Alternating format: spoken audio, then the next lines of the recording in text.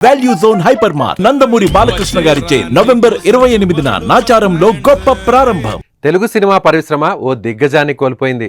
ప్రముఖ lyric writer Kulasekhara కన్నుమూశారు. హైదరాబాద్లోని గాంధీ ఆసుపత్రిలో చికిత్స పొందుతూ ఆయన మరణించారు. కులశేఖర గురించి ఇప్పటి జనరేషన్కు పెద్దగా తెలియకపోవచ్చు, కానీ 100కు పైగా సినిమాల్లో ఆయన రాసిన పాటలు మాత్రం కులశేఖర్ను గుర్తుపెట్టుకునేలా చేస్తాయి. అందరికీ అర్థమయ్యే భాషలో కులశేఖర్ రాసిన పాటలు శ్రోతలను ఉర్రితలూగించాయి. చిత్రం సినిమాలో మావోయ్ పారిపోతుంది ఎవరేంటి అంటూ తెలుగు పరిశ్రమకు పరిచయమైన ఆయన తర్వాత నువ్వు నేను సినిమాలోని గాజు వాక పిల్ల మేం గాజులోలం కాదా అంటూ యువతను ఉర్రుతొలగించారు. జయం సినిమాలో బండి బండి రైలు బండి అంటూ, ఘర్షణ సినిమాలో నన్నే నన్నే చూస్తూ, అలాగే చెలియా చెలియా చెలియా, అలల ఒడిలో ఎదురు చూస్తున్న వంటి బ్లాక్ బస్టర్ పాటలు అందించిన కులశేఖర్ జీవితం చరమాంకంలో ఎన్నో కష్టాలను అనుభవించి కన్నుమూశారు. ఎంతో ఎత్తుకు ఎదిగి కిందకు పడిన కులశేఖర్ జీవితంలో విజయాలను అపజయాలను ఒకసారి తెలుసుకుందాం. కులశేఖర్ సింహాచలంలో 1971 ఆగస్టు 15న జన్మించారు. చిన్నతనం నుంచే సంగీతం సాహిత్యాలపై ఆసక్తి ఉన్న ఆయన ఆ మక్కువతోనే చదువుకునే రోజుల్లో పాటలు రాసి బహుమతులు అందుకున్నారు. జర్నలిస్ట్గా పలు మీడియా సంస్థల్లో పనిచేసి ఆ తర్వాత తేజ దర్శకత్వంలో ఉషా కిరణ్ మూవీస్ సంస్థలో రామోజీరావు నిర్మించిన చిత్రం సినిమాతో గీత రచయితగా వెండితెరకు పరిచయమయ్యారు. ఈ సినిమాలో కులశేఖర్ రాసిన పాటలు ఎంత హిట్టో ప్రత్యేకంగా చెప్పక్కర్లేదు. అప్పట్లో యూత్ను బాగా ఆకట్టుకున్నాయి. సినిమా హిట్ అవడానికి కులశేఖర్ రాసిన పాటలే ఒక కారణం. చిత్రం సినిమా హిట్ కావడంతో తర్వాత మంచి ఆఫర్లు వచ్చాయి.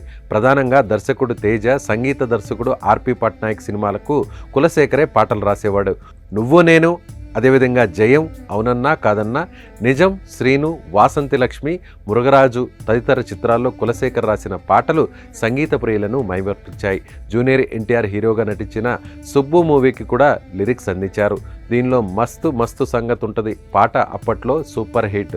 అమ్మో అమ్మాయేనా, ఎల్లోరా శిల్పమా అంటూ వసంతంలో ఆయన రాసిన మెలోడీ ఓ అద్భుతం. ఇలా లెక్కలేని ఇండస్ట్రీ బ్లాక్ బస్టర్ సాంగ్స్ ఇచ్చిన కులశేఖర్ తర్వాత కనుమరుగైపోయారు. లిరిక్స్ రైటర్గా మంచి ఫామ్లో ఉన్న సమయంలో ప్రేమలేఖ రాశా అనే చిత్రానికి దర్శకత్వం వహించారు.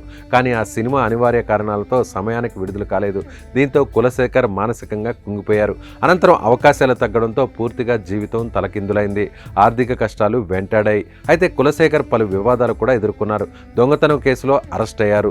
2013లో కాకినాడలోని బాలా త్రిపుర సుందరి అమ్మవారి శటగోపాన్ని దొంగిలించినందుకు గాను పోలీసులు అరెస్ట్ చేశారు. 6 నెలలు జైలు శిక్ష కూడా విధించారు. ఈ సమయంలో ఆయన మానసిక స్థితి సరిగా లేదని పోలీసులు చెప్పినట్లు అప్పట్లో వార్తలు వచ్చాయి. భార్య, 2 పిల్లలు కలిగిన కులశేఖర్ కొన్నేళ్లుగా పాత విషయాలను మర్చిపోయి కుటుంబానికి దూరమయ్యాడు. కులశేఖర్ భార్య ఓ ప్రైవేట్ సంస్థలో ఉద్యోగం చేస్తూ 2 పిల్లలను పోషిస్తుందని సమాచారం. ఇన్ని రోజులు ఎక్కడ ఉన్నాడో తెలియని కులశేఖర్ ఇలా కన్నుమూయడం సినీ పరిశ్రమను తీవ్ర విషాదంలోకి నెట్టేసింది. కులశేఖర్ మన మధ్య లేకపోయినా ఆయన రాసిన పాటలతో ప్రతి ఇంట్లో చిరకాలం గుర్తుంటాడు. ఆయన ఆత్మకు శాంతి చేకూరాలని కోరుకుందాం.